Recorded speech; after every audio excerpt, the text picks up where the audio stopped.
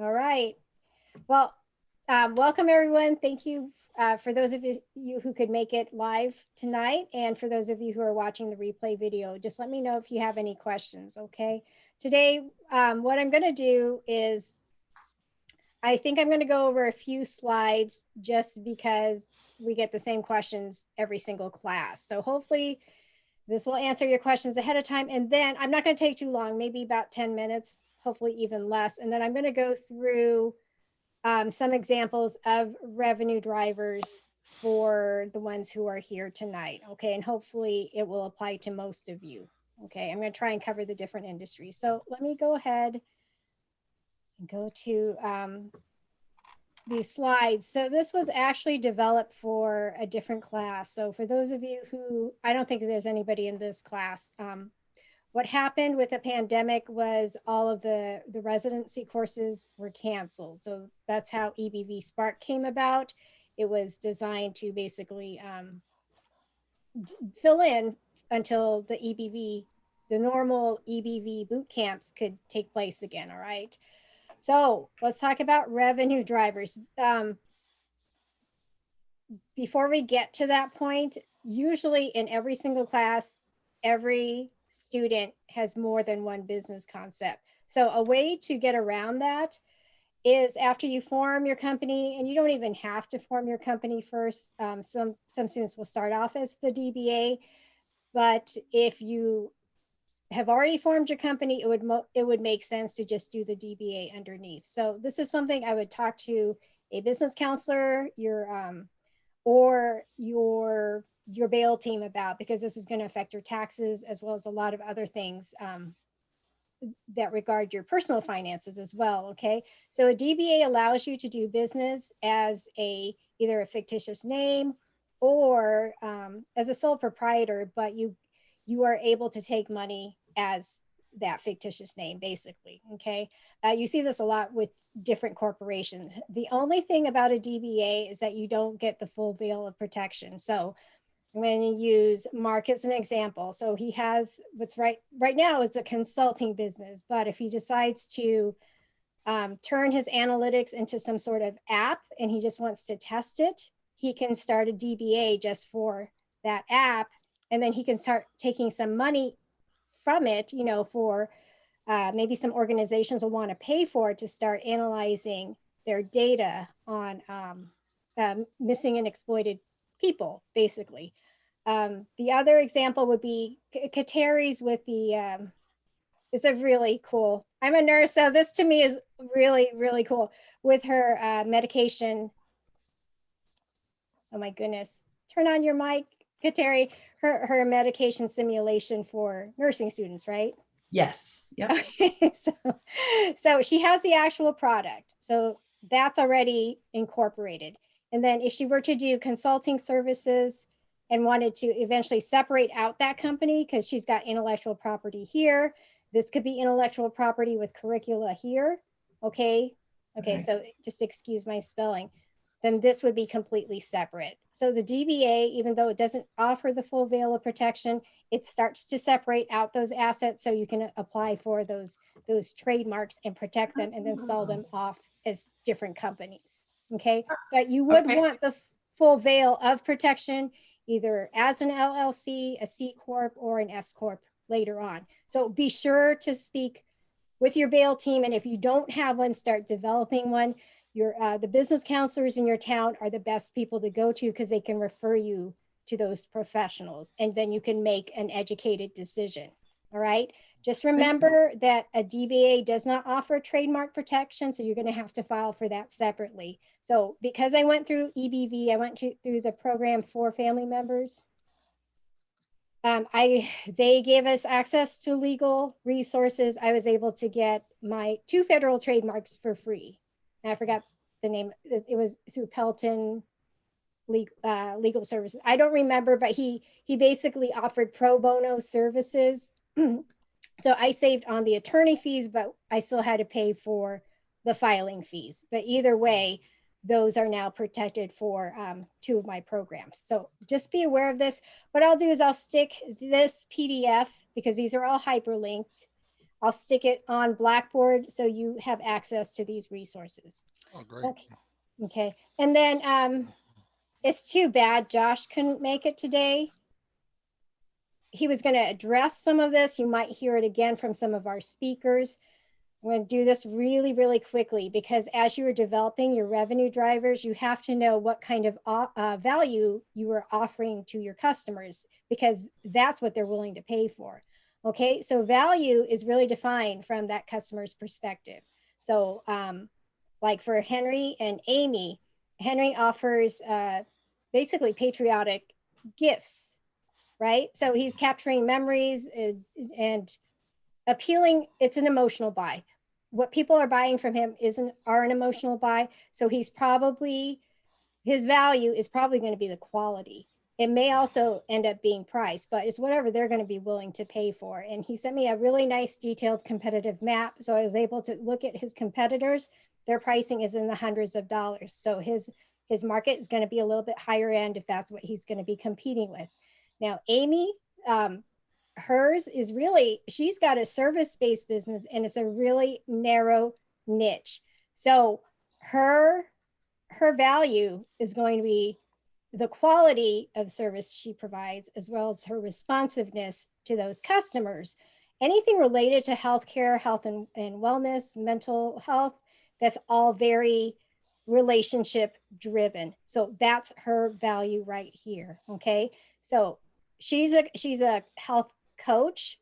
So that's really going to be however customers relate to her. Now, if she were to eventually hire out contractors who are licensed mental health professionals, then she'd be able to target clinics and other healthcare professionals, and as part of her revenue drivers, be able to get insurance to pay for it. Okay, so that's going to be another revenue stream for her. We're going to map it out on Microsoft Word. So these are examples of value added activities based on industries. Remember, if you're in the service industry, it's all about your customer service. Okay, that's what they're really paying for. And they'll pay more if you're providing that level of service. Okay, I know I personally would. And I know a lot of other people would be too, especially for what Mark is doing with his business. That is just such a sensitive area. Okay. Other ways companies in the service industries have been able to add that personal touch is through bundling and packaging, as well as other added benefits too. Okay, so when it comes to service levels, definitely have some sort of schematic of like frequency and amount. So I have one good friend who does mobile oil changes. She has a van. It's all equipped. She can come to your driveway, your house, your apartment building, wherever you are, she can come there. So that's her added value. It's mobile, it's convenient, and she can come up with some sort of service program where if you sign up for this 12-month program, she'll come out and do certain services as part of the checks, for whatever agreed upon price. And you get preferred customer service. Right. Basically, like if you Right. have an emergency, she'll respond within a certain amount of time. So those are things you want to think about when you're creating your packages and rewards programs. Okay, so if you're product based, it's whatever appeals to your customer. A lot of it, especially for those of us who are military, it's either veteran owned, American made, family owned businesses, those types of qualities. Okay, so you want to make sure that this is also listed with your marketing stuff. Not only is it part of your brand, but it goes into your marketing on your website, it's things that you distribute. That's why we're trying to get you guys to write this all out in your feasibility analysis. Okay, the more detail, the better, because now it becomes actionable. You can just go and hand it to a marketer and say, here, this is my niche, this is our culture, and then they can use their skills to develop something that will really appeal to your customers. Okay, so one example of this is this honey bear. So Winnie the Pooh became really popular.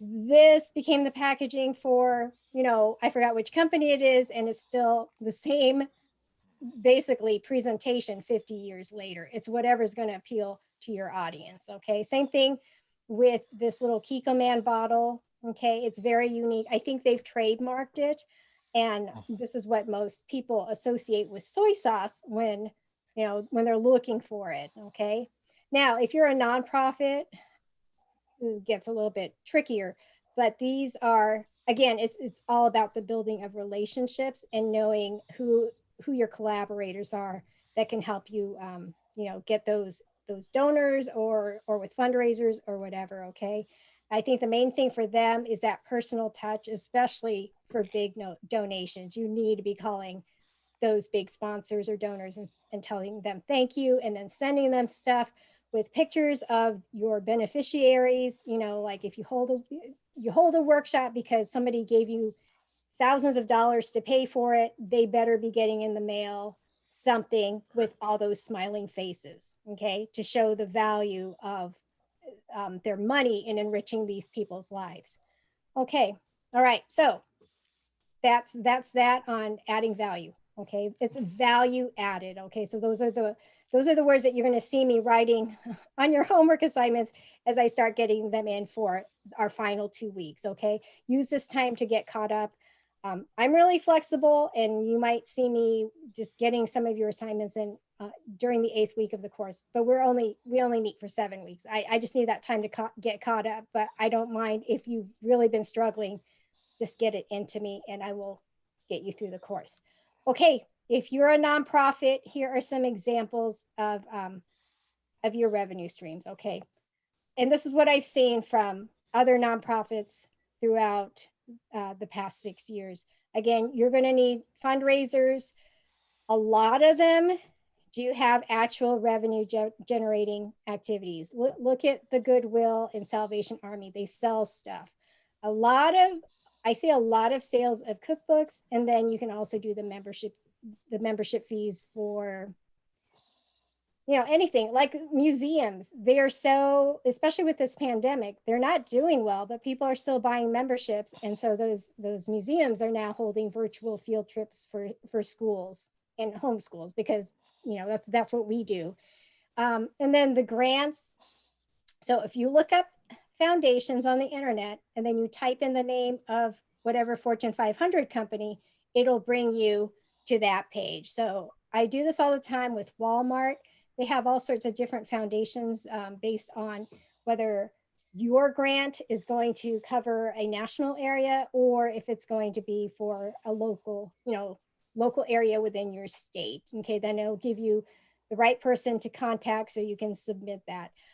There's all sorts of other foundations out there too. You just have to look and try and connect with people who are in a similar industry, and they should be able to share that information with you. Okay, other nonprofits like the United Way or DAV, it really depends on what you're doing. Try and reach out to like-minded groups. Okay, grants.gov also has a lot of grants, but these are more at the federal level. If you are a for-profit company, sometimes they allow you to partner with nonprofits and universities, especially if you offer something of value that they cannot provide.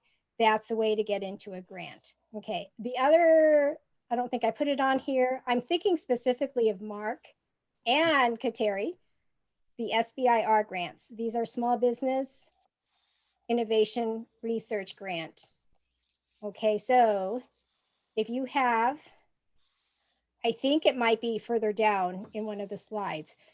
If you have a product that requires a lot of research and development, you can apply for one of these grants to see if you can get funding. So because Mark is in analytics, I can see some sort of, you know, some sort of app or software that speeds up that process using AI. And that's what Josh, I'm going to put Josh's video up from last class just so you can see it, and Deanna can hopefully give you his contact information.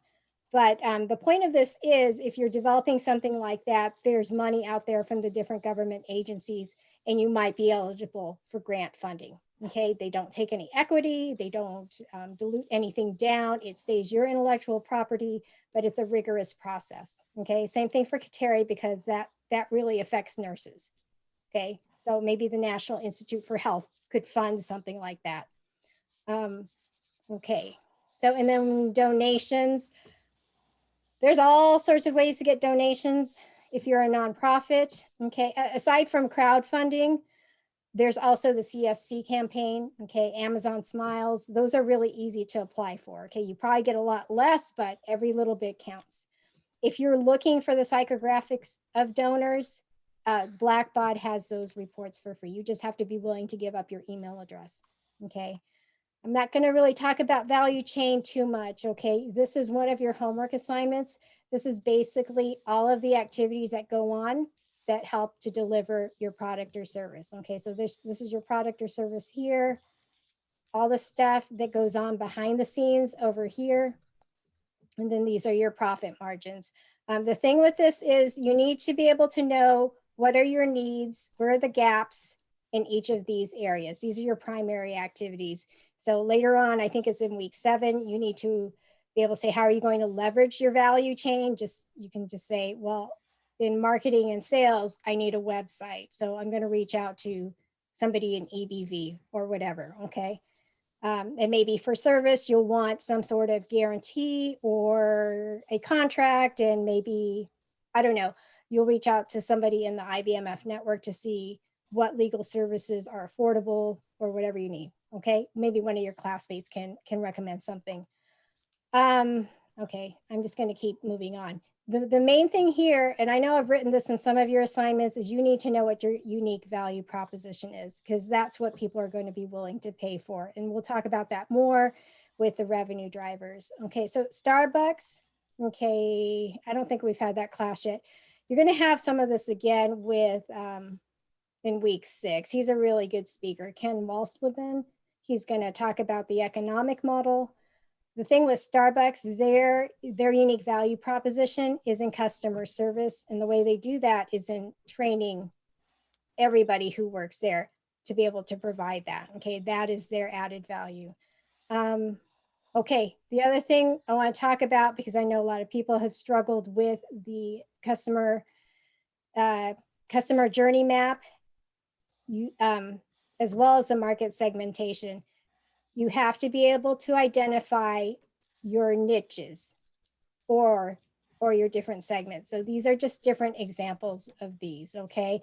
I'm going to show you another resource from Sean Brannigan. He didn't talk about it in this class, but it's moved away from the demographic marketing characteristics towards behavior-based marketing, okay? And this is because of the Facebook ads.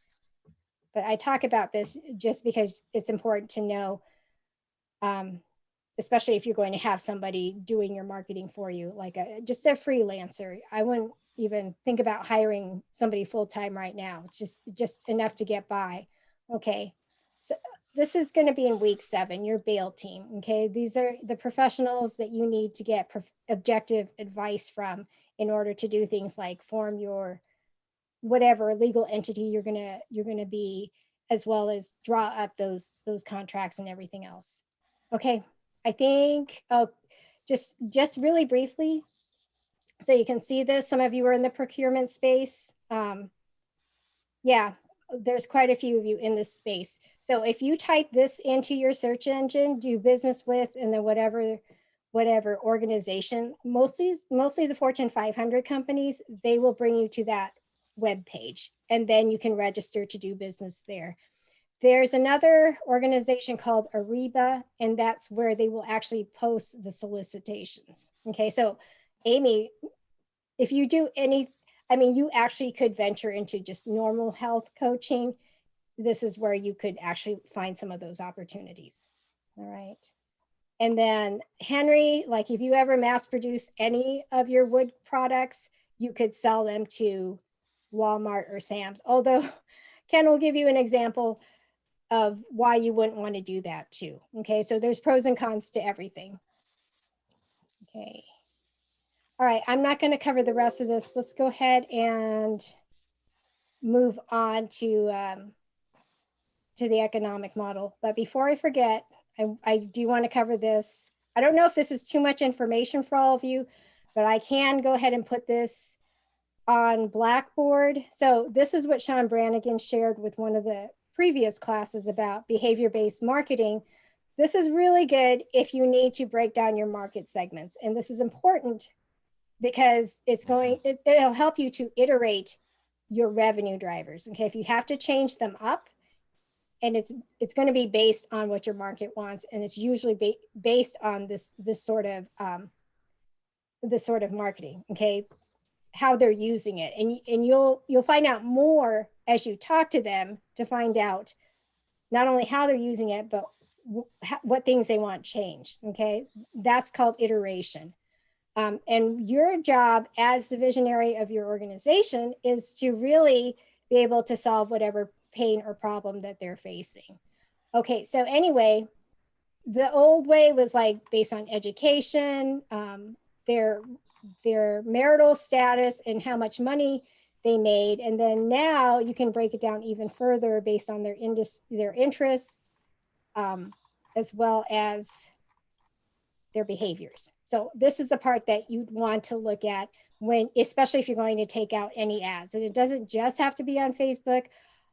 I think everybody takes that API, that part from Facebook, and then they incorporate it into their own platform like LinkedIn and everything else. So I'll go ahead and put this on Blackboard after we're done here.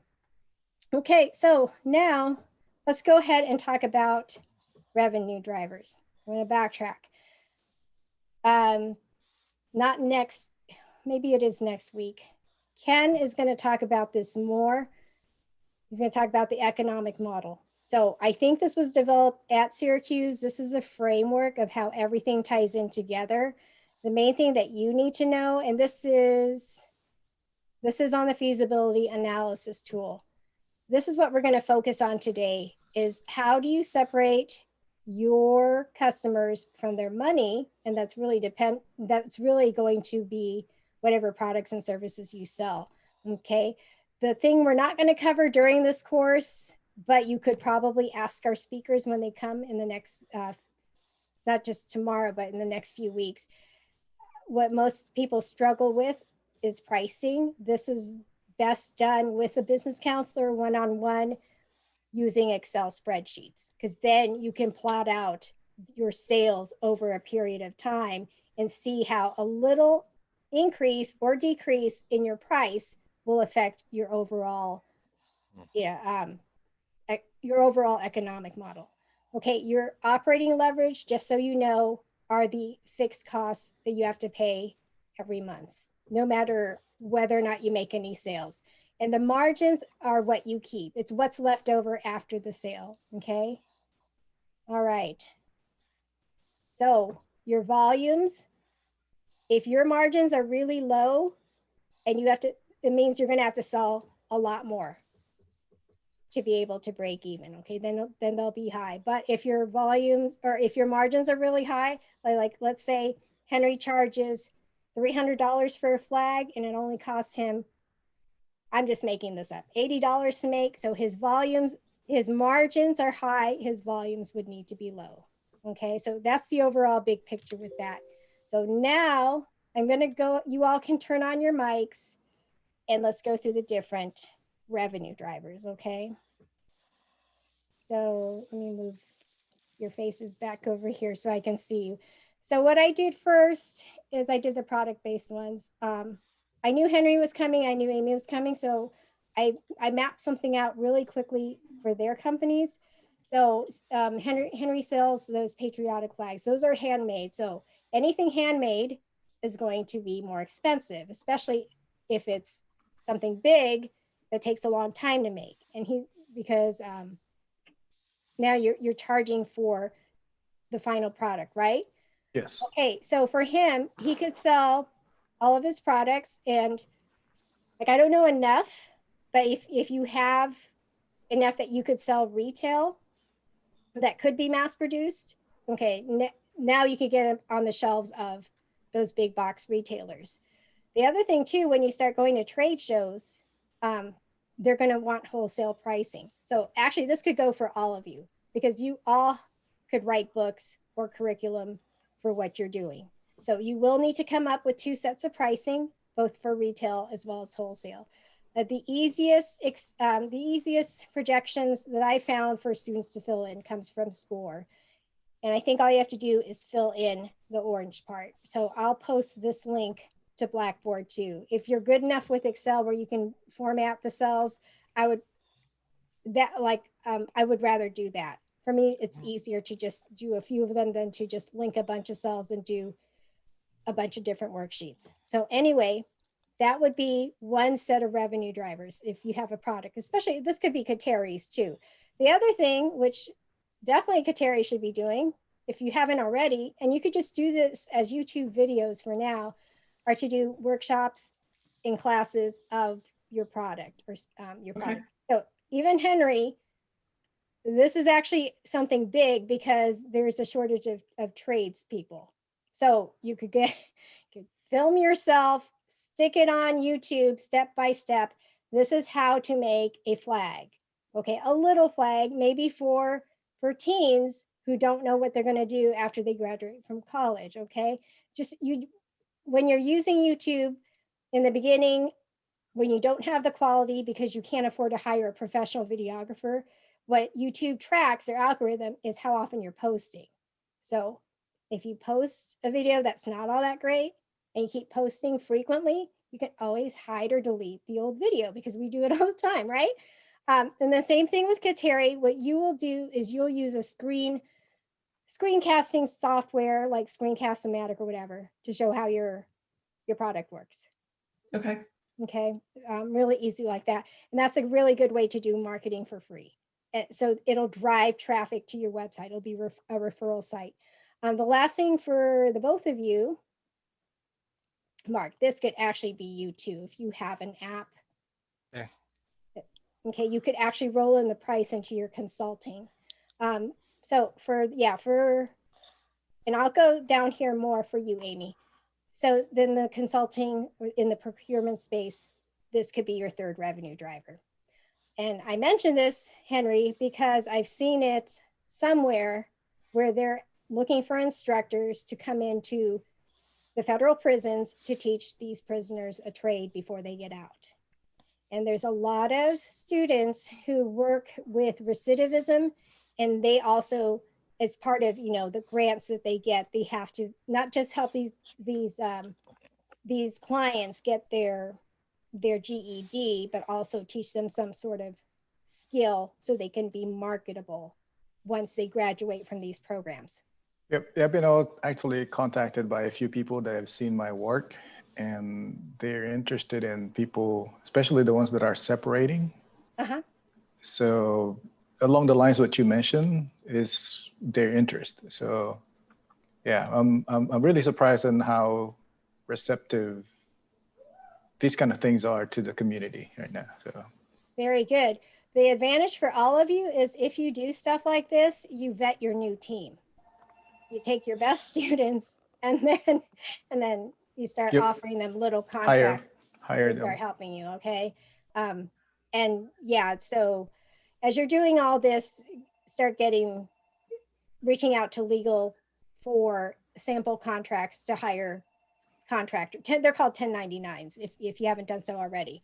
All right, so those are your different revenue streams. You would go into more detail, like make a table or your Excel financial sheets and start going through the pricing as well as the expenses. These can there's different ways to set this up. This can be your LLC or whatever. And LLC is the easiest for now.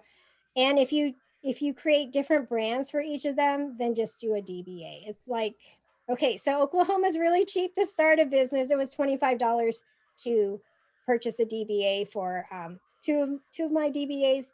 And then, so if you round it up, like for Kateri, I'm sure it's going to be like, I'm sorry, $100 or more for a DBA in New York. But I'm in Ohio now. Oh, in Ohio? Okay. Yeah. But it will still be cheaper than filing for a new LLC or whatever. Right. Yep. Until it's self-sustaining. Okay, I'm sorry, I have to cough. I'll be right.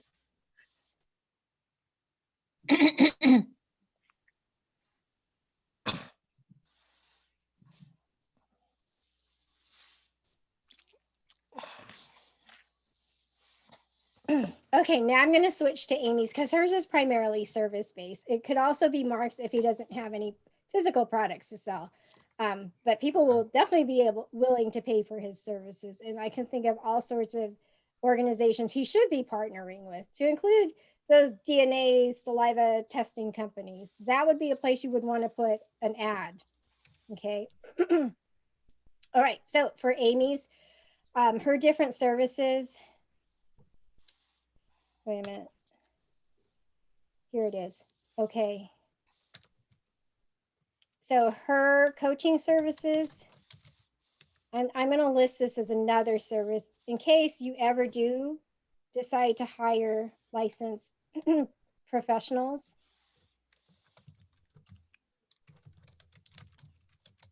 Okay. I'm typing so I don't forget because this is going to go straight onto Blackboard. So for those of you who are watching the replay video, you can just change it for whatever applies to you. And then this could eventually grow into, and this could be its own little, I don't know, chart. Let me move this back into clinics. Okay. So you start with one in one location, figure out the psychographics of your market, find similar locations or locations with similar psychographics, and that's how you expand. You could also just do this online too, because there's only one of you, there's only so many hours in a day, but yet this is such a growing problem. Actually, you should be working with Mark because the whole human trafficking and the, you know, the adult industry affects both of your businesses.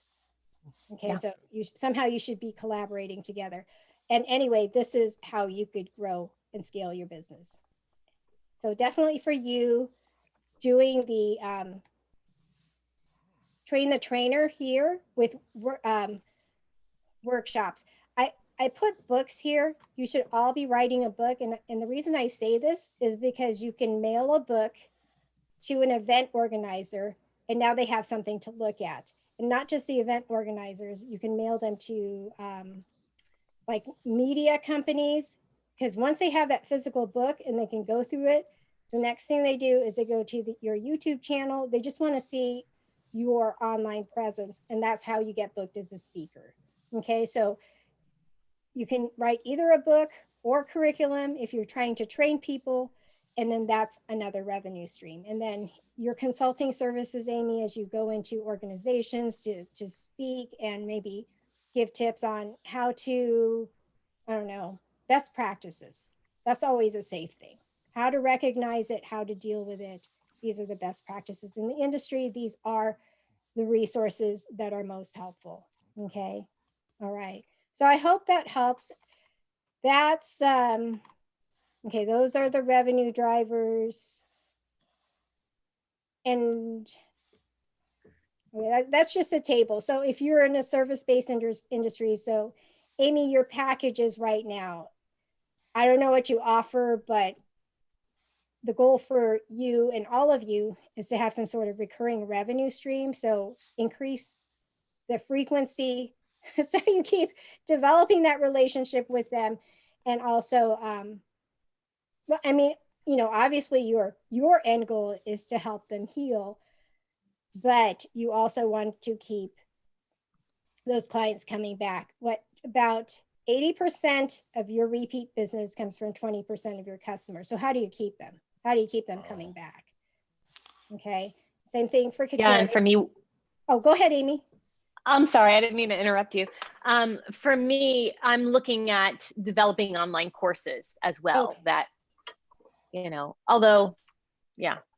And and an online community where people can continue to connect with one another and have support, have, I won't go into all the details, but that would be one of the ways to continue to bring the people back. That's perfect. It's that makes sense. it's the community that keeps them coming back. Yeah. And that's something, and that's actually something that can go here instead of a physical clinic, although there's, you know, there's a need for that. That's where you can start developing your team, is from those different communities where they can meet somewhere, but maybe like once a month. That'll keep your costs down too. Okay. All right. Do you guys have any questions? And I won't keep you the whole time if you don't have any. I do have a question. In terms of the part 4 of the analysis tool, where it's, you know, the revenue drivers, one, few, many, what does that mean? What are you looking for in that? Okay. Let me pull that up really quick. So your revenue drivers,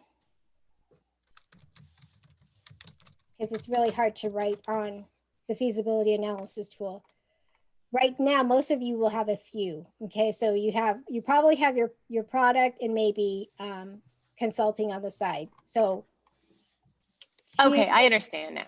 Yeah. So just how many of those different revenue drivers we have. Okay, sorry. I was overcomplicating that in my brain.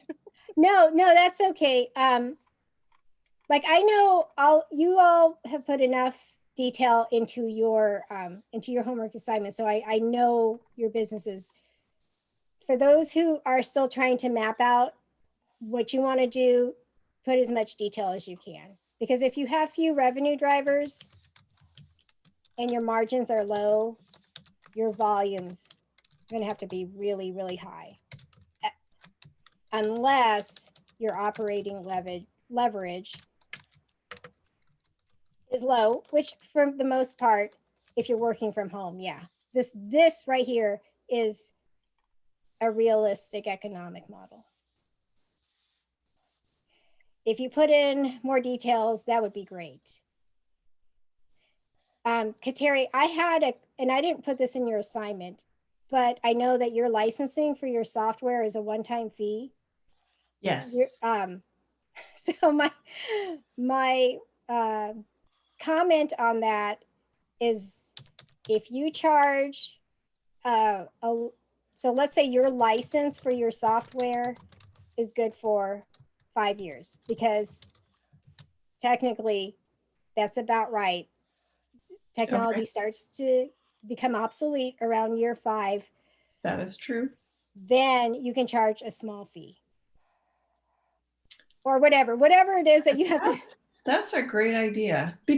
One of the things we specifically were avoiding is the per student annual licensing fees that everybody else charges. You know, our profit margin is such that we don't need to keep charging them over and over and over again. But I do like that because it's iPad based and your iPad wears out in 5 years. So maybe we can give them new iPads with the most recent version for a smaller fee, because they already have the tags and stuff. That's a great idea. Exactly. Yeah. And you're going to have to keep updating your software to match the new technology that comes out, to include the new operating systems. So even if you did a 3-year licensing or whatever, and then the annual renewal fee, just make it minimal. People will pay. If they're paying thousands of dollars already for it, they'll, like, $20 or $30 is a drop in the bucket. Maybe you probably want to increase it to maybe 100. Right. And that's reasonable. Yep. Okay. All right. Yeah. Good. I'm glad you came, because I wanted to say that and then I didn't write it out on your assignment. Okay, good. Are there any other questions about any of this? I want to make sure that I'm addressing your questions and not just rambling on. So Sandra, I have a question that's not exactly this. I posted it in Ask the Expert, But if somebody else has a question specific to this, maybe we could answer those first. Otherwise, I have a burning question. I looked at it before I came on. Does anyone else have any questions right now?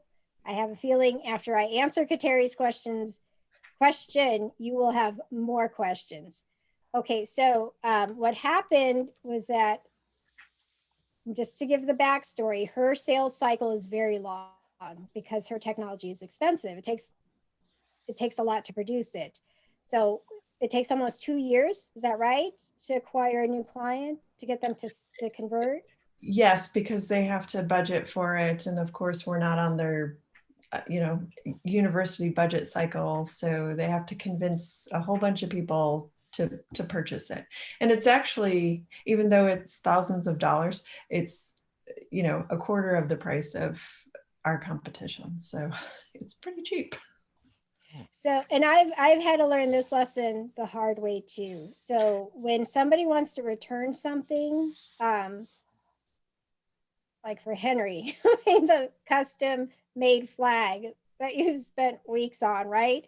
Yes. And they've ordered a really gigantic one and now they're not happy and they want to return it. So there's different ways to do it ahead of time, is by having it in your terms of sale. Okay. Yeah. Since they didn't have that, I didn't have that before I made the sale, and then the problems arise later. One of the best ways to do it is to talk with them and see if there's a way to remedy it. If Kateri, you have someone to figure out your costs, like, okay, she's not willing to budge, she wants to return it. How much of it, like if you had to take it back, what is your loss? How is it going to affect your basically your finances for the rest of the year, just to maintain good relationships with her in case she changes her mind? So the bottom line is, we paid a couple $100s in shipping and the amount of time that we spent nurturing the other customer, so it's just a little stab in the back, but it would not ruin our business to take it back. Maybe after you talk with her. I don't, yeah, that's kind of hard. So financially, it won't break you. So No. that's a good thing. If there's a chance that you could keep her, or the university, I'm trying to think of other ways that you could, like, I know it's hard because she inherited it. Yes. If you can find a good way to let it go, if she, if she just won't keep it, I'm trying to, what is a nice way to say, to get referrals from her? Because if she's happy with how it ends, she's still going to refer people back to you. Right. So, and that could turn into thousands of dollars of a different customer. So Exactly. all right. But yes, Yeah. we have it plastered everywhere that all sales are final now. Okay. And that's Lesson fine. That's fine because they're saving thousands of dollars in the long run. So that is reasonable. If I think of anything else or somebody I can refer you to, I'll get back to you. Thank you. Okay, very good. And her question is in the Ask the Expert forum, so you can get more of the rest of the details from there. Sandra? Yes. Yes, this is Henry. I just do have questions because you did touch on something that I was working on, the terms of sale, as far as the returns, because that's one of the things that I was trying to put steps in there to deal with those kind of things. And one of the recommendations that I had from other people is, like you said, make the product as the customer desires it to be, and then maybe just charge a nominal shipping fee is that something that you think is kind of like an industry standard or? Yeah, yeah. to- And for custom orders, most people require a deposit. So Yeah. that way, if they renege on it, they Mhm. forfeit it. Yes, and then that was the other thing, because since I don't actually produce them or start making them until an order drops, and then my lead time that I have to make it known before they actually make a purchase is, the lead time. Okay, if you want it by, March 1st, it's a no-go, and right now I'm prepping up for July 4th. I'm putting up all the supply and putting all my pre-orders for my supplies that I need. Mm-hmm. And then, but you did touch upon that, because that was one of the things that I need to put in place and make it known to the customer. These are the policies of the purchase, or my policies or the company's policies as far as returns. Yeah, because I could foresee that, it could be a photo, a photo on the company or a photo of shipping. So, but I have to make sure that the customer is happy with what they got. So, Exactly. And one of the speakers it was Tommy, embracing that difficult customer. That's really hard when you have a custom product. yeah, it's okay. I deal with that every day at work. So, Are you a nurse too, Henry, or you said you were in healthcare? yes, I'm in radiology. So, but yeah, we do have, the circumstances that we see patients are sometimes not the desirable circumstances. So, different attitudes and different, and it's one thing I learned for that is, everyone's got their own battle to fight. So, Right. I think everybody on this Zoom session has experience with that. Dealing with a difficult customer. Okay, good. All right. What else can I answer for you all? I appreciate everything, giving us all inputs. I appreciate what you do every day. So, Thank you. I'm sure something will come my way, but as right now, I don't have any questions to give you Okay. or any concerns. But thank you for taking the time out to answer.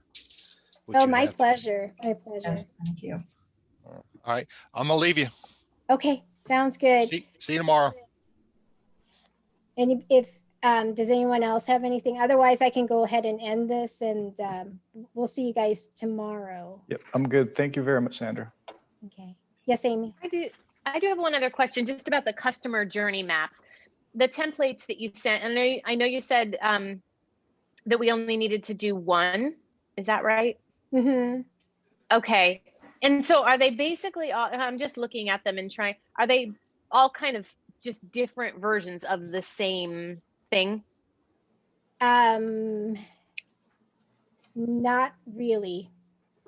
Okay, so no, if you're in business, then you would use a future state. If you already have a marketing plan in place. If you're not in business, just use future state. The other thing too, let me see if I can find it. It's really difficult to develop it if you're not already in business. And this I'm talking to, I'm trying to address the whole class. The best way to fill it out is to use samples, sample personas, sample customer journey maps, or sample business plans, because you really need to be talking to your customer. But if you don't have anyone to talk to, then it's hard to fill out unless you just use the examples. The first page, I'm gonna have to download it from Blackboard. The first page you would fill out in first person. It's all based on the customer's perspective. So the answer to your question is no, they're all different, and technically you would develop a different journey map for each problem and for the different types of personas. That's why it's so detailed, but it wouldn't be you doing this. It would be the marketer that you're paying. Oh, okay. So, okay. So when I was okay. Sorry, Amy. I didn't want to step over you. Apologize. No, you're fine. And I know it came from HubSpot. It's a great resource, but most of you won't be doing your own marketing. you will with decision makers, but not with like the whole social media part. You'll have some control over it, but you won't be doing all of it. So that's why each page is different, because it's not just what's the pain, it's how they're thinking about it during the day, so they can post the social media during, they schedule it to go out during those times. So they're not only looking at the peak times, but like if somebody is thinking about lunch at breakfast time, but they need something healthy, that picture of a smoothie is going to go in around 9:30. And then so in a couple of hours. So yeah. I'm sorry. No, go I ahead. did it again. So this whole thing is for social media posting. It's not just social. I use social media a lot, but it depends on where your customers are at. So Kateri's, or I don't see a lot of nursing schools on LinkedIn, but technically they should be on LinkedIn, right? Okay. Yours, Amy, would be on Facebook. Henry's are going to be on Pinterest and Etsy. Yep. Looking for gifts. But you still want to leverage digital media marketing because they become referrals back to your website or wherever home base is. Some people don't even have websites anymore because you can sell directly on Facebook and Pinterest.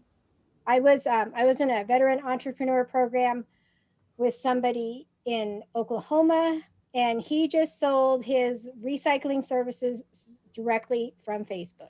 Okay, and then his kids actually run it, and they would collect checks and never deposit it. So he set up the payment through Facebook too. So I mean, you could do the same thing, Amy. Although I don't think people would. Your customers are going to develop a personal relationship with you first before they give you any money. That there's got to be, for them, they're going to want to have that sense of trust. That's what I see for your business. Okay. Sandra, you Yes. mentioned something about the payment. Is there any other resources that is available on the EBV? I mean, the IVMF, as far as there's so much available out there, like Zelle and Venmo and all other stuff that and credit card processing. Is there anywhere in IVMF where I can take a look at and then look at different platforms and different services for payment acceptance? I don't think there's anywhere specifically on IVMF. This would be a good question for Deanna because IVMF partners with First Data, and I mean, they have those financial services, but normally, and I know what you're talking about, Henry, whatever platform you're selling from, they should all be able to integrate into either Square or QuickBooks or wherever else so that you can track all your sales. Is that what you're? Yeah, and then, the different, so that way I can, use that as analysis for later on when there's volume later on, and then that way I can find that, to fine tune it to that niche, so let's say, like you said, the behavior-based marketing were. Yeah. Are you good with Excel? A little bit, yeah. Okay, let me pull up Excel. So I'm not an expert with this at all, but there is a way to tie in. Let's just open up a new one. If you go to the API of these sites, you should be able to insert it here. And I'm not exactly sure where it is. And then you can create a dashboard, and that's how you can track it. Okay. Let me give you some resources. Oh goodness. There's a lot of really good programs that show you how to create a dashboard on Excel. And of course, I can't remember it off the top of my head. That's okay. This is, these are all the things that I need to put in place. And then I knew I need to put them in place, but I just didn't know where to start. And you're all just outstanding sources of information. So I'm not, I'll take every help that I can get, as they say. So You'll be able to figure it out without even plotting it out in Excel, just because it's the same sites that are going to be pinging you over and over again that there's another customer order. So, yeah. I mean, unless you're trying to direct them from Etsy to your website. That was another thing that I was considering. But they said, well, let me just, at this point, I think, let me just let it play out, see how the exposure on Etsy is, and then see how much volume I get from there. Mm-hmm. And then, depending on, there may be a decision point in there somewhere, but it just depends on until I get all the data. So yeah, I'm still full-time work right now. So this is all, there's that big temptation right now. I can resign my position and then pursue this full-time. But at the same time, it's just kind of like, let's just gather all the data first and then make sure that it's very much, things are, in my view, understandable. Doesn't need to be in place, but make sure I understand what I'm getting into. So. Okay, because Kateri just did what you're thinking about. I think for you, when you jumped start ship. getting, oh, go ahead, Kateri. I did jump ship, and it was nice. Yeah, it's I guess I can do it now, but I just want to make sure that I got all, it doesn't need to be in place, but at least all the key questions are that I'm comfortable with with the answers that I'm getting, or where I can find that information.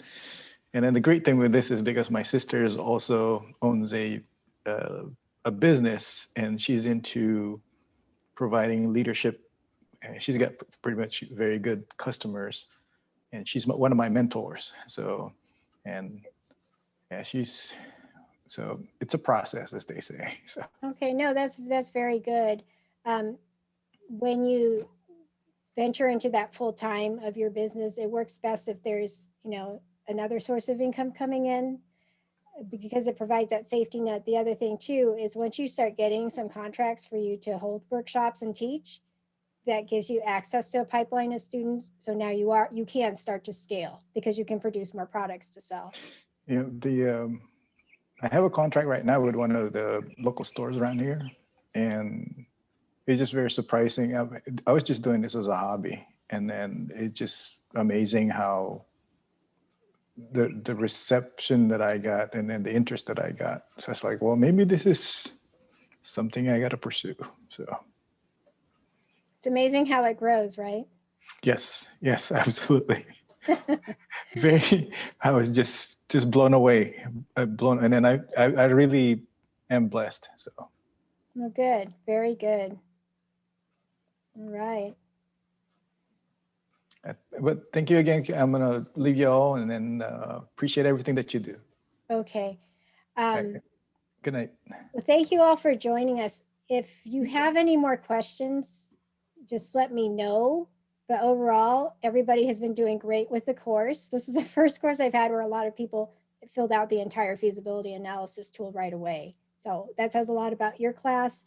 And I honestly, when I got the list, I thought it was a class of people just in the ideation phase, but there's a big percent of you who are already in business. So these are the things that you can continue to do to keep growing, but I do see big things ahead for all of you. Okay. So just work on the marketing. Everything else, you can kind of find a mentor who can help you fix things, right? Especially pricing and then returns, that kind of stuff, and dealing with clients that might not be so ideal, but it's all part of it, right? Okay. Yes. All right. Thank you guys. I will see you all tomorrow. If you have any more questions between now and then, just reach out to me. I'm going to start getting caught up now on going through all the customer journey maps and getting them back to you. Right. Thank you, Sandra. All right. Thanks, everyone. Bye-bye. Bye.